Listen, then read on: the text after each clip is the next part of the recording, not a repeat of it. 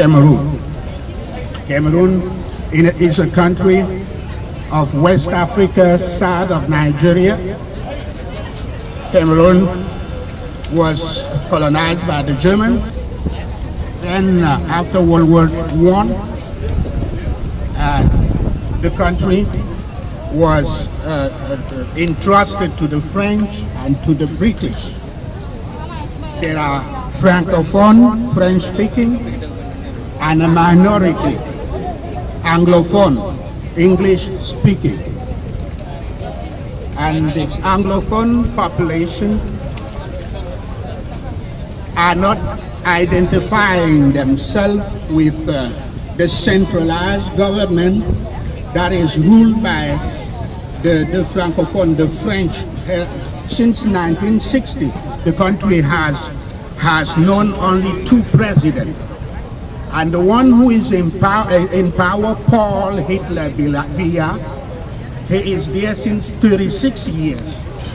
And he rules by terror, by intimidations, by rigged elections to stay in power. And he kills. What we brought here, if only you go on internet, you will see pictures that are unbearable. We brought only samples of pictures here. The English minority, the Anglophone minority, they stood up. All the population, 8 million people, they poured on the streets to say enough is enough of a government that doesn't want change, that doesn't want democracy. And they say the country started as a federation, it has to go back to federation so that they can rule their own affairs. And the dictator said no. And he said no dialogue with that, and he doesn't want to hear about federation, and he sent his army. And since 2016, each and every day they are killing people, unarmed civilians. And in this conflict, the United States has already spoken through the Department of State, asking him to dialogue with his people. He refused. The United Nations, Mrs. Nikki Haley, the U.S. representative in the United Nations, asked that an independent investigation be done to see what is happening. He refused to let the UN inspectors in. He stays and keeps on killing them. And every day he is burning villages. The military come early in the morning in a village, in a town, and early in the morning they start shooting at everybody just to create terror so that people can be afraid and stop resisting. They burn villages.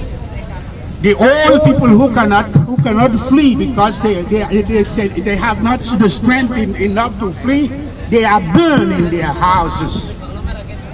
Those pictures are on internet.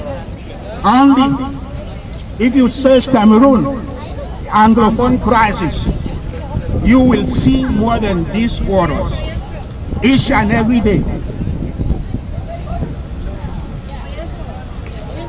The United States has taken steps through the Department of State, through the UN representative.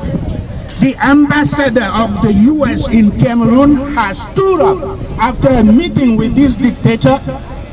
He violated all the rules of diplomatic rules. When he got out, he met with the press and he told that there are mass killings. And he denounced that. But they are still there. They even insulted the U.S. ambassador. They threatened him. We are here to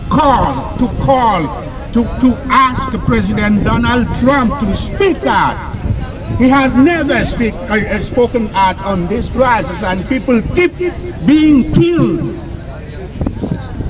It suffices that the President of the United States speaks on this and says to this dictator, stop, and he will stop.